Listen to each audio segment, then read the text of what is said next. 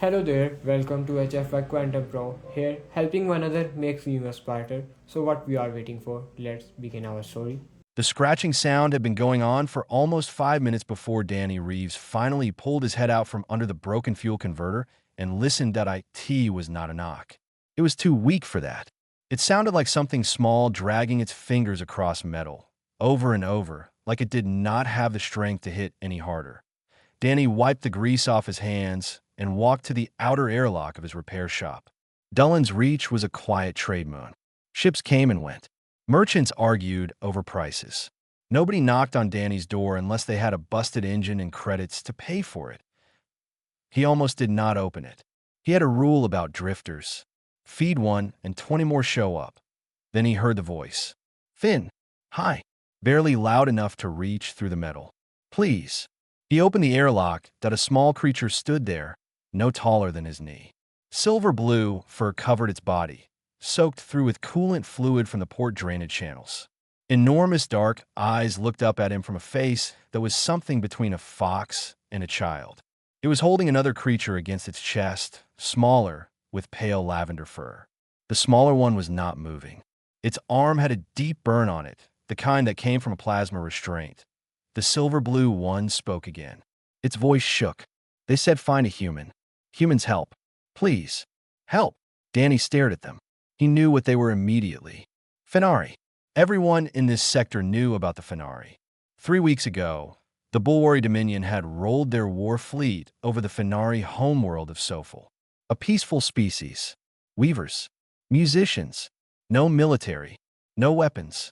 They had been conquered in less than 2 days. Refugees had scattered across the sector. Union stations turned them away. The non-interference treaty with the Bulwari meant that helping Fenari was technically a political violation. Nobody wanted that trouble. Danny looked down at the smaller one. Its breathing was shallow and uneven. The burn on its arm was infected. Without treatment, the child would be dead within hours that he grabbed them both and pulled them inside. His medkit was old but functional. He cleaned the burn, applied a gel patch, and injected a mild antibiotic designed for carbon-based species. The little one, Noel, did not wake up, but his breathing steadied. The older one, Leary, never let go of her brother's hand through the entire process. How did you get here? Danny asked that Leary's galactic common was broken and slow. She told him in pieces. They had been on a slave transport, a Bulwari ship carrying Fenari prisoners to a mining colony. An old Fenari elder on the ship had hidden them in an escape pod. Before sealing the pod, the elder told Leary one thing. Find a human. Why a human? Danny asked. Leary shook her head. She did not know. The elder had not explained. She had simply trusted the elder's words and followed them across 3 days of empty space, a crash landing on Dullen's Reach, and a long crawl through drainage tunnels to reach the only repair shop with a human name on the sign. Danny sat back on his heels and rubbed his face. This was exactly the kind of situation he had spent 5 years avoiding. After the accident on the freighter run to Jellin Station, after he had held Addie's hand while the hull tore apart and could do nothing to save her, he had made himself a promise. No more responsibility for other lives. Fix journs, collect credits, stay alone. And now, 2 Fenari children were sitting on his shop floor, and one of them was looking at him like he was the only solid thing left in the entire galaxy. You are safe here tonight, he said, but I need to figure out what comes next. Leary nodded. She pulled Noel closer and began humming something soft, a melody Danny did not recognize. It filled the small shop with a sound that felt older than anything he had ever heard. Danny walked to the front window and looked out across the port. His stomach dropped. A Bulwari patrol cruiser had just docked at Dullen's Reach. Its landing clamps were still hissing steam as the bay doors opened. Soldiers in dark armor stepped out onto the platform. Big, reptilian, armed with plasma rifles. They were already moving through the market, stall to stall. Danny pulled the shutters closed and turned back to the children. Leary had stopped humming. She was watching him. Those enormous dark eyes missed nothing. They are here, she said quietly. It was not a question. Danny looked at her. He looked at Noel, still unconscious, still breathing because of a gel patch and a cheap antibiotic from a 5-year-old medkit. Yeah, he said. They are here. He did not say anything else. But something shifted behind his eyes. Something old and heavy and stubborn that he had buried for a long time. He locked the airlock. Then he locked it again. Danny hid the children in a crawl space beneath the shop floor. It was cramped and dark, but the walls were lined with thermal insulation that would block most scanners. He told Leary to keep Noel quiet and still. She nodded once and pulled her brother into the space without a word.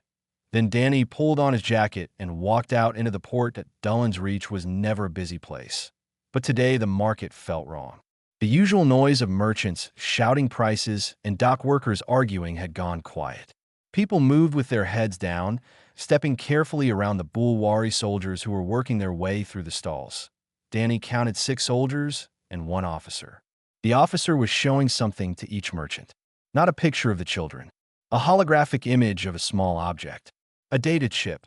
Danny watched from behind a noodle stand as the officer held up the hologram and spoke in a flat, loud voice.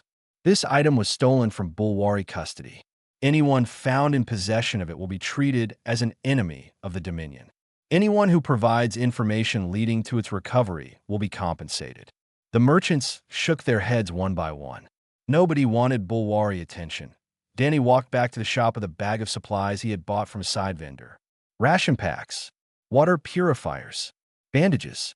When he opened the crawl space, Leary was sitting exactly where he had left her, arms wrapped around Noel. They are not looking for you, Danny said. They are looking for a data chip. Leary's expression changed. She reached over and gently lifted a thin cord from around Noel's neck. Hanging from it was a small, cracked chip, barely the size of Danny's thumbnail. Father put this on Noel before the ships came, Leary said. He said never let them take it. He said it belongs to all Fenari. Danny stared at the chip. Do you know what is on it? Leary shook her head. Danny sat down on the floor and rubbed the back of his neck. A stolen data chip. Bulwari soldiers searching for it. 2 refugee children carrying it around a neck. This situation had just gotten much worse that he pulled out his old communications unit and tuned it to a frequency he had not used in years. A military channel from his freight hauling days. It took several minutes, but eventually a voice came through. Clear, professional, tired. This is Captain Renisol of the Union Patrol Frigate Steadfast. Identify yourself. Danny Reeves. Retired hauler. Registration number 774. I am on Dullen's Reach. I have 2 Fenari children in my shop. They need extraction. There was a long pause. When Rena spoke again, her voice was careful. Danny, I am aware of the Fenari situation. My hands are tied. The territorial agreement with the Bulwari Dominion prevents Union ships from interfering in their claimed zones. Dullen's Reach is in a gray area, but even so, I cannot authorize a pickup of Fenari nationals without triggering a diplomatic incident. They are children, Rena. I know what they are. I am sorry. The best I can advise is that you turn them over to the Port Authority. They will be processed and transferred to a neutral holding facility. Processed. Danny repeated the word like it tasted bad. I do not like it either, but I cannot move my ship for this. I am sorry, Danny. He cut the connection. For a while, he sat in the silence of his shop and listened to the hum of the air recyclers. Leary watched him from the crawl space. She did not ask what the voice had said. She seemed to already know. Then Noel woke up. The little one made a soft sound, something between a whimper and a sigh, and his eyes opened. They were the same enormous dark eyes as his sister's, but softer, more confused. He looked around the unfamiliar space, and his lip trembled. Leary whispered something to him in Fenari. He calmed slightly. Then he looked at Danny. Slowly, carefully, Noel reached out with his small hand and wrapped his fingers around Danny's index finger. His grip was barely anything, lighter than a breath. But he held on and did not let go. Danny looked down at that tiny hand on his finger, and something cracked open inside him. A door he had locked 5 years ago when Addie died in the dark between the stars. He stood up. Noel's hand slipped away gently as Danny moved to the back of the shop and unlocked a heavy storage panel he had not opened since he arrived on Dullen's Reach. Inside were things from his old life.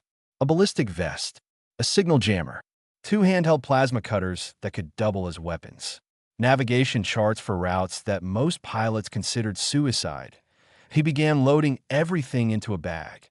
Leary climbed out of the crawl space and stood behind him. "What are you doing?" Danny did not look at her. "Getting the Carthage ready." "What is the Carthage?" "My ship." "Where are we going?" Danny stopped. He turned and looked at her. She was so small. Both of them were so small. And the galaxy had already done terrible things to them. "Home," he said. "I am taking you home." Leary stared at him. Then, very quietly, she started to cry. Not loud sobs, just silent tears running down her silver blue fur. She wiped them away quickly, embarrassed, and picked up Noel. Danny slung the bag over his shoulder and led them out the back door toward the private docking bay where the Carthage sat waiting.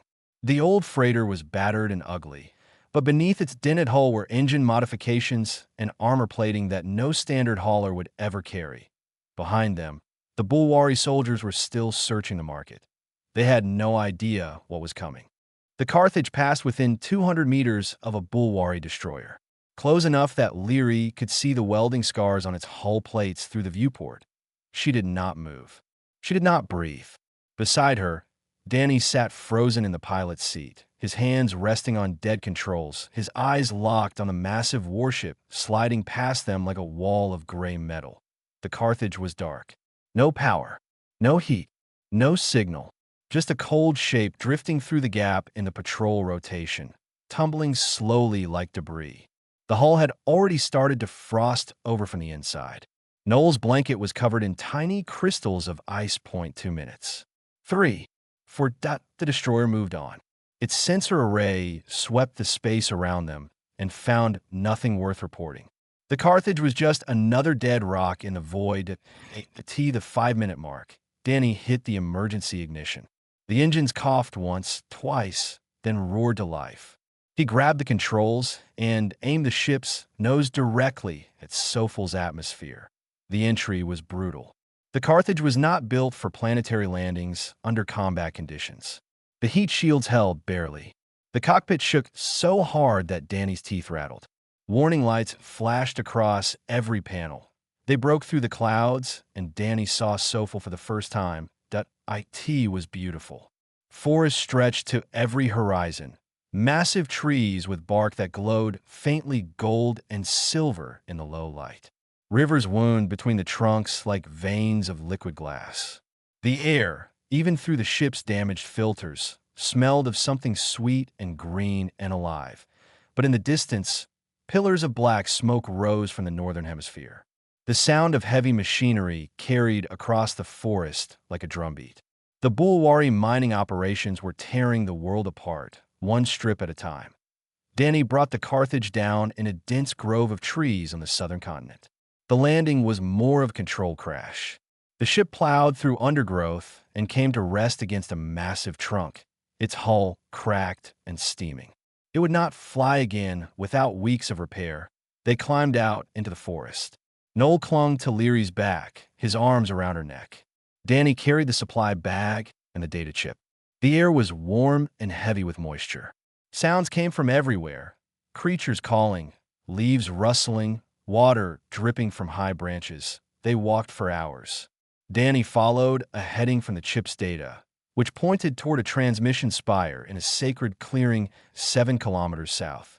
Leary moved through the forest like she remembered it, even though she had been taken from Sofal as an infant. Her feet found the paths between the roots without stumbling. Her ears turned toward sounds that Danny could not hear. They found the survivors near dusk, a hollow beneath a massive root system, hidden by hanging moss and careful camouflage. Inside, 11 Fenari huddled together, old ones and young ones. Their fur was matted and their eyes were tired. They had been hiding here since the invasion, surviving on forest roots and rainwater. When they saw Danny, they froze. Some of them pressed back against the walls. They had never seen a human before. All they knew was that large creatures meant danger. Leary spoke to them in Fenari.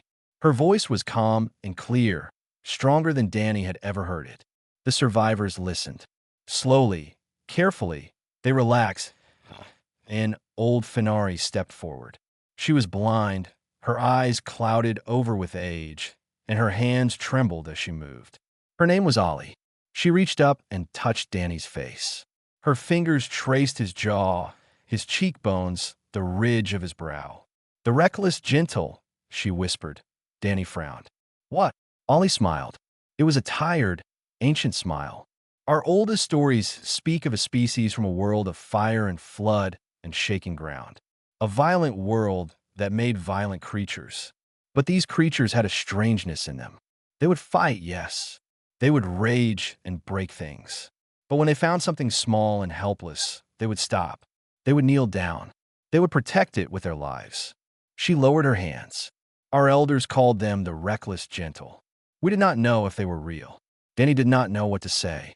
He did not feel gentle. He did not feel reckless. He felt like a man who had made a series of very questionable decisions and was now standing in a forest on a conquered world with no way out. "The spire," he said. "We need to reach the transmission spire."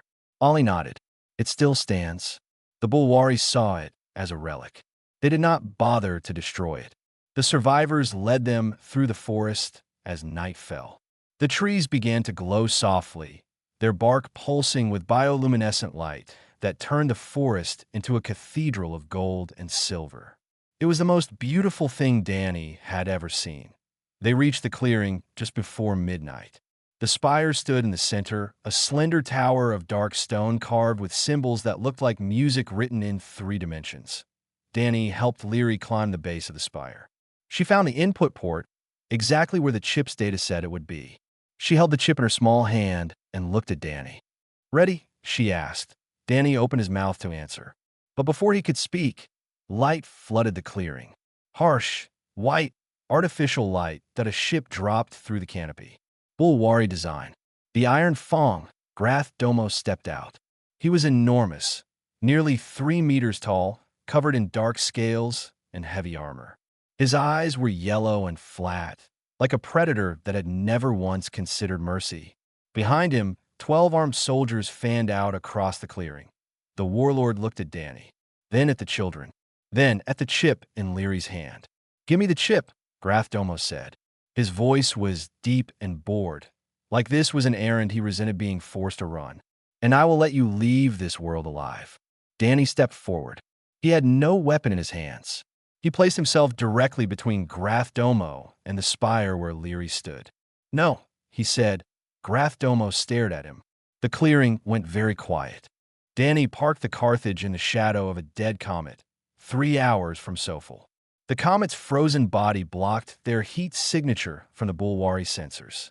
From here, the blockade fleet was just a scattering of tiny lights arranged around the green glow of the forest moon. But he sat in the cockpit and stared at those lights for a long time. Noel had fallen asleep again, curled up in the cargo seat with the blanket wrapped tight around him. Leary sat cross-legged on the floor beside her brother, watching Danny think. "Can I see the chip?" Danny asked. Leary hesitated. Her hand moved to Noel's neck with a cracked data chip hung on its cord. She looked at Danny for a long moment, measuring something behind those dark eyes. Then she gently lifted the cord over Noel's head and handed the chip to Danny. He plugged it into the Carthage's console. The screen flickered. Lines of code appeared, dense and layered, written in a Fenari encryption format that Danny had never seen before. "I cannot read this," he said. Leary climbed up onto the co-pilot's seat and looked at the screen. She tilted her head. "My father taught me some of the old code. He said every Fenari child should know it." Together, they worked. Danny handled the hardware, rerouting power to the console's decryption processors. Leary guided him through the code, recognizing patterns her father had shown her. She was 8 cycles old and could barely see over the console, but her memory was sharp and her small fingers moved across the screen with certainty. IT took almost 4 hours. Layer by layer, the encryption peeled away. When the final layer opened, Danny stopped breathing. The chip did not contain what he expected.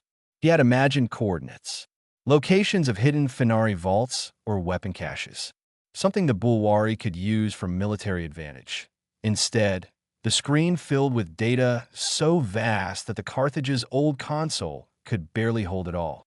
star maps of routes that no known species had ever charted, biological surveys of thousands of uncontacted worlds, musical compositions spanning centuries, philosophical texts, histories of civilizations that had risen, built wonders, and collapsed into dust long before the Bulwari or the Union or even humanity existed. 10,000 years of records. The entire memory of the Fenari people. Danny scrolled through the data in silence. He saw charts of nebulae that had no names. He saw recordings of songs that were older than most star systems. He saw careful, detailed accounts of species that had gone extinct before any living being could remember them. The Fenari were not just weavers and musicians. They were the quiet librarians of the galaxy. They had spent thousands of years watching, recording, and preserving the knowledge that everyone else forgot. And Grathdoma wanted to seize it all, not to preserve it, but to mine it for anything that could give the Bulwari military an edge. Trade routes, planetary weaknesses, forgotten technologies. Your father knew what this was, Danny said. Leary nodded. He said the Fenari memory must survive, even if the Fenari do not. Danny closed his eyes. The weight of what he was holding hit him like a punch to the chest. This chip was not just a record. It was an entire people's reason for existing, compressed into an object smaller than his thumb. Then he found something else.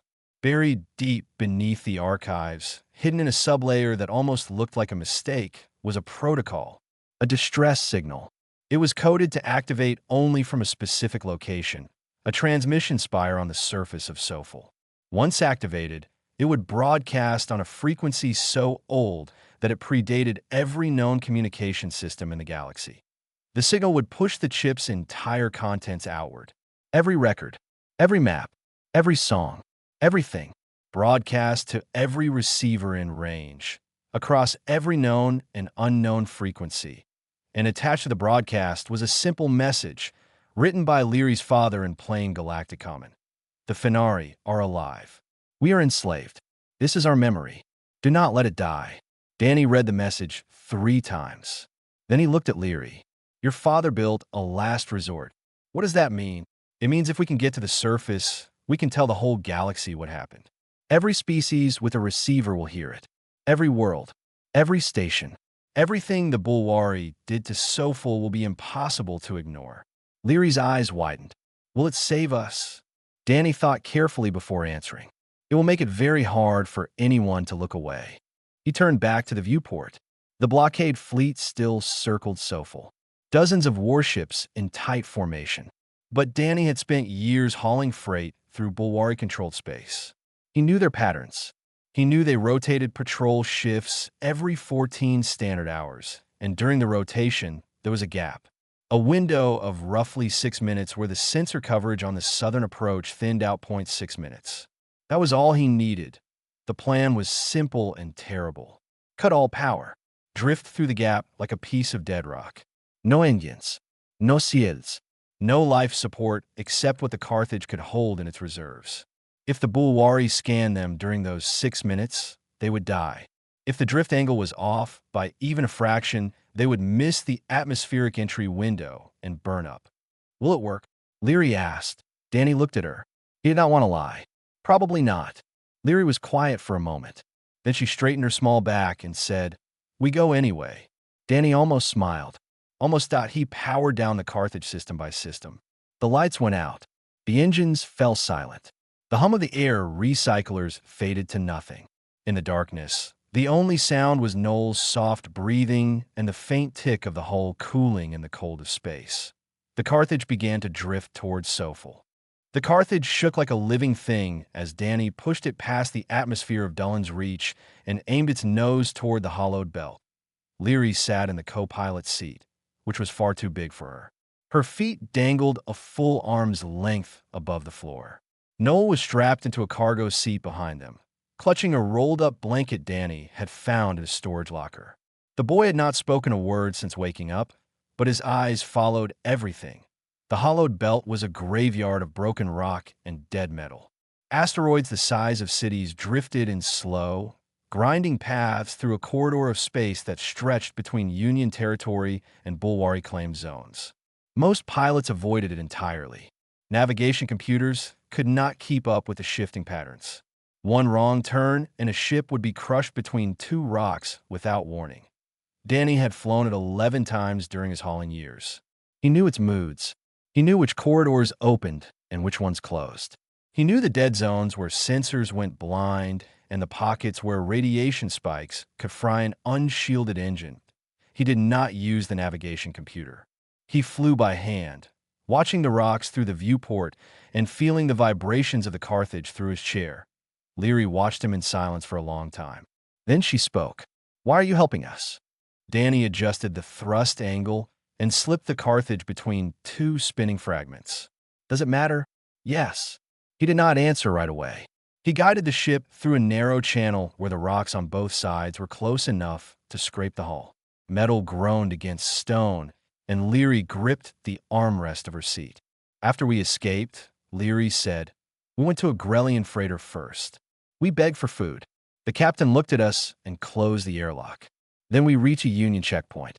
The officer told us we were not his jurisdiction. He gave us directions to a refugee processing center 3 systems away. We had no fuel to get there." She paused. Her voice was steady, but her hands were shaking. "Everyone looked at us and saw a problem. You looked at us and saw children." Danny kept his eyes on the asteroid field. His jaw tightened, but he said nothing for a moment. Then he spoke quietly. "Humans are different." "How?" He thought about it.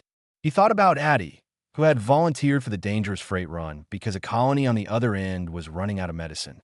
He thought about the stories his grandfather used to tell about a war on Earth, long before anyone left the planet, when ordinary people hid strangers in their homes, because it was right, even though it could kill them. "We break rules for the right reasons," he said. Leary seemed to think about this.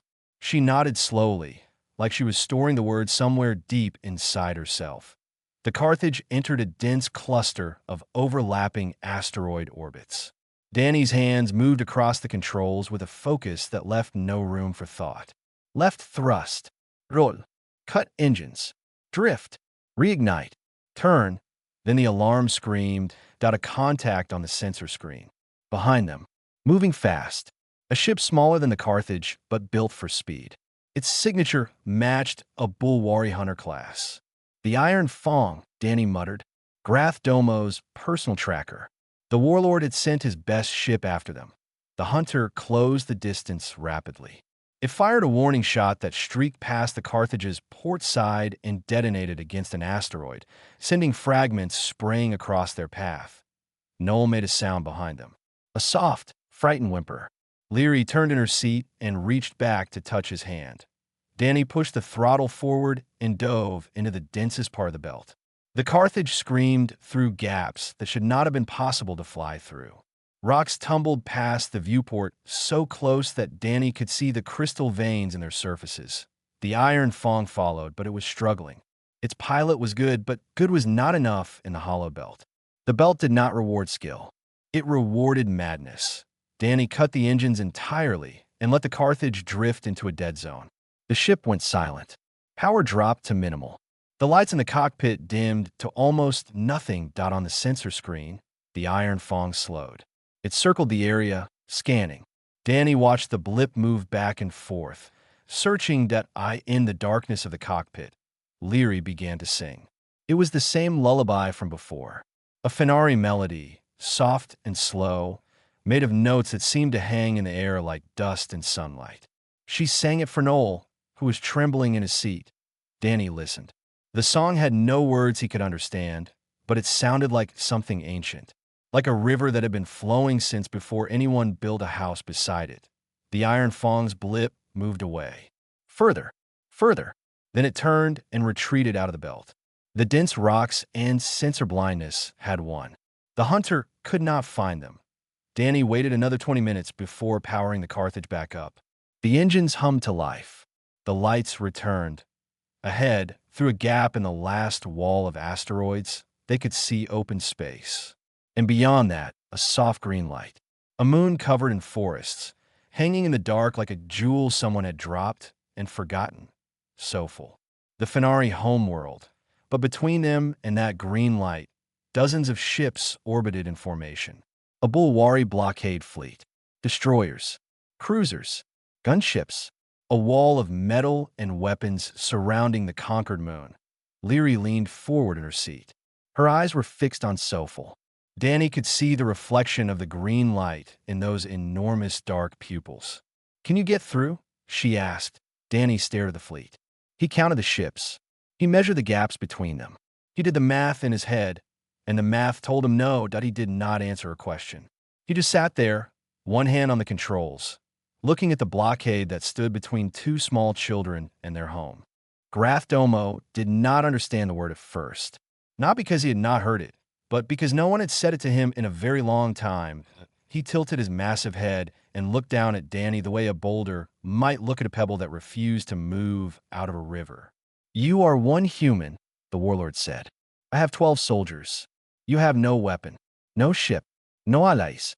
What exactly do you think is going to happen here?" Danny did not answer.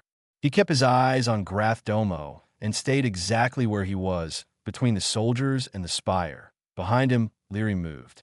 Quietly, carefully, she turned back to the input port. Her hands were shaking, but she pushed the data chip into the slot.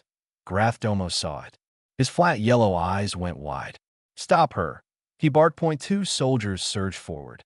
Danny met the first one with his shoulder, driving the armored Bulwari sideways into his companion. He was not stronger than them. He was not faster, but he was in the way, and that was enough to buy 2 seconds. Leary pressed the activation command. The spire woke up. A sound rose from the ancient stone, low and deep, like a chord struck on an instrument the size of a planet. The carved symbols along the spire's surface began to glow, pulsing with light that moved upward from the base to the tip. The ground vibrated beneath their feet. Then the signal fired. The IT punched through the atmosphere of Sofel like a needle through cloth. It reached the Bulwari blockade fleet and passed through their hulls as if they were made of paper. It spread outward at a speed that should not have been possible, riding the ancient frequency that Leary's father had coded into the chip. And it carried everything. 10,000 years of Fenari memory. Star maps. Songs. Histories. The records of civilizations that no living species remembered. All of it pouring across the galaxy in a wave of light and sound and data. Attached to it was the message. The Fenari are alive. We are enslaved. This is our memory. Do not let it die. Every receiver in the galaxy heard it. On Union stations, officers stopped what they were doing and stared at their screens. On independent colony worlds, people gathered around communication terminals as the data streamed in. On worlds so distant that no one had spoken to them in centuries, ancient receivers flickered to life and began recording. The spire also activated its visual sensors. A live feed broadcast on every frequency, showing the clearing on Sofel in real time. Grath Domo did not know this yet. He only knew that something had gone wrong. He roared, a sound that shook the leaves from the nearest trees, and charged at Danny. The warlord hit him like a freight hauler at full speed. Danny flew backward and crashed into the base of the spire. Something cracked in his ribs. He gasped, tasted blood, and forced himself to his feet. Grath Domo hit him again. Danny went down. His vision blurred. He could feel Leary and Noel somewhere behind him, pressed against the spire, holding each other. He got up. Grath Domo struck him across the face. Danny spun sideways and fell to one knee. Blood ran from a cut above his eye. His hands were shaking. Every part of him screamed to stay down, but he got up. The warlord paused. Not because Danny was a threat. Danny was clearly losing. He was slower with every hit, weaker with every breath. But there was something in the way the human kept standing that made Grath Domo hesitate. It was not courage in any form the Bulwari understood. It was something stranger, something that did not follow the logic of power and survival. Danny stood between the warlord and the children. His arms hung at his sides. Blood dripped from his chin. He could barely see straight, but he was standing. Across the galaxy, billions of beings were watching. The spire's visual feed showed everything. A lone human, broken and bleeding, rising again and again to stand between an armored warlord and two tiny, frightened children. The feed went to every Union station, every colony, every world that had looked away when Sofel fell. They were looking now. Grath Domo raised his fist again. Then one of his soldiers spoke. "Commander, the signal. It is broadcasting. Everything. They can see us." Grath Domo turned. "What?" "Every receiver in the sector is active. The Union, the Independents, everyone. They are watching this. Right now." The warlord looked at the spire. He looked at the glowing symbols. He looked at Danny, still standing, still bleeding, still refusing to move. And he understood this was not a battle. It was a witness. The entire galaxy was watching a Bulwari warlord beat an unarmed human who was protecting 2 children. Every second this continued, the Bulwari Dominion's reputation crumbled. Every hit made allies into enemies. Every moment of footage turned neutral species against them. "Stand down," one of the soldiers said quietly. Then another. Then another. One by one, they lowered their weapons. Not out of mercy, out of calculation. They could see the end of this. And it was not a future the Bulwari Dominion could survive. Grath Domo screamed at them. But the soldiers backed away. The political cost had already become too high. A sound came from above. Ships dropping through the atmosphere. Union ships. Captain Renasol's frigate, the Steadfast, broke through the clouds first, followed by 2 more patrol vessels. Then 3 more. Then a dozen. The treaty was already dead. The broadcast had killed it. Across 100 worlds, populations were demanding action. Governments that had hidden behind non-interference agreements were scrambling to respond. Convoys were forming. 8 ships were launching. Grath Domo looked at the sky, full of ships. He looked at Danny, who had finally fallen to his knees, but was still conscious, still between him and the children. The warlord said nothing. He turned, walked to the Iron Fong, and left in the clearing. The Fenari survivors crept out from the trees. They gathered around the spire, touching its warm stone, listening to the hum of the ancient signal still broadcasting their memory to the stars. Leary climbed down from the spire and walked to Danny. He was sitting on the ground, holding his broken ribs, breathing in short, painful gasps. She climbed into his lap. Noel followed, pressing his small face against Danny's chest. Danny wrapped his arms around them both. He was crying. He would deny it later, but in that moment, in the glow of the forest and the light of the spire, he held those 2 small children and let himself break in a way that had nothing to do with his injuries. Ollie, the blind weaver, walked slowly across the clearing and knelt beside him. "The reckless gentle," she said softly. "You came." Danny shook his head. "I'm just a freight hauler." Ollie placed her hand on his shoulder. "That is what makes it matter." Noel shifted in Danny's arms. The boy looked up with those enormous dark eyes. He opened his mouth, and for the first time since Danny had found them at his airlock, he spoke. "Safe," Noel said. Danny held them tighter. Above them, the sky was full of ships. Below them, the forest glowed. And across the galaxy, the ancient signal carried the Fenari memory onward, further and further, into spaces where no living voice had reached in 10,000 years. The stars trembled. Not with war, not with conquest, with something the galaxy had almost forgotten was possible.